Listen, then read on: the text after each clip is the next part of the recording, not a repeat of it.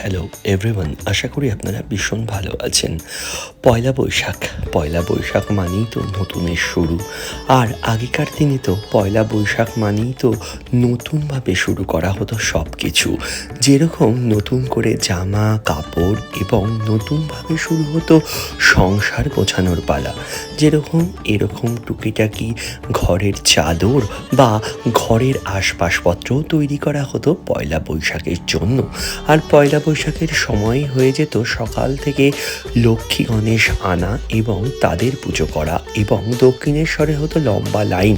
কিন্তু এখন তো পয়লা বৈশাখ মানে অনেকেই জানে না, এবং বিশেষ করে আমাদের যারা ছোট বাচ্চারা আছেন বা ইয়ং জেনারেশনরা আছেন, তারা পয়লা বৈশাখটা সেইভাবে উদযাপনের মাহাত্ম্য ভুলেই গেছেন।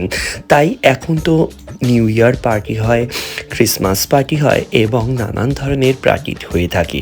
কিন্তু এর মধ্যেও যে পয়লা বৈশাখটা অনেকেই পালন করে, এবং এইভাবেও কিন্তু পয়লা বৈশাখ পালন করতেই হবে। কারণ পয়লা বৈশাখ মানেই নতুনকে শুরু করা, আর নতুন মানেই তো অনেক কিছু স্বপ্ন, আশা, ভরসা এবং ভালোবাসা। তাই নতুনভাবে বাঁচতেই হয় আমাদের, নতুনভাবে অনেক কাজ শুরু করতেই হয়। কারণ থেমে থাকার নাম কিন্তু জীবন নয়, থেমে থাকার নাম মরণ। আর চলে যেতেই হবে সবাইকে, এইভাবেই কাজ করতে হবে আমাদের। কারণ আমাদের বাড়িতে মা অধিষ্ঠিতা আছেন, পিতলের মা লক্ষ্মী, এবং স্বয়ং গণেশ মহারাজ প্রত্যেক বছরই আনা হয়, এবং এইভাবেই ছোটোভাবে আমাদের বাড়িতে পয়লা বৈশাখ পুজো করা হয়। এবং আপনাদের বাড়িতে কিভাবে পয়লা বৈশাখের আয়োজন হয়, বা আপনাদের বাড়ির কিভাবে বাচ্চারা বা বড়রা পয়লা বৈশাখ করেন, প্লিজ ট্যাগ করবেন। বাই।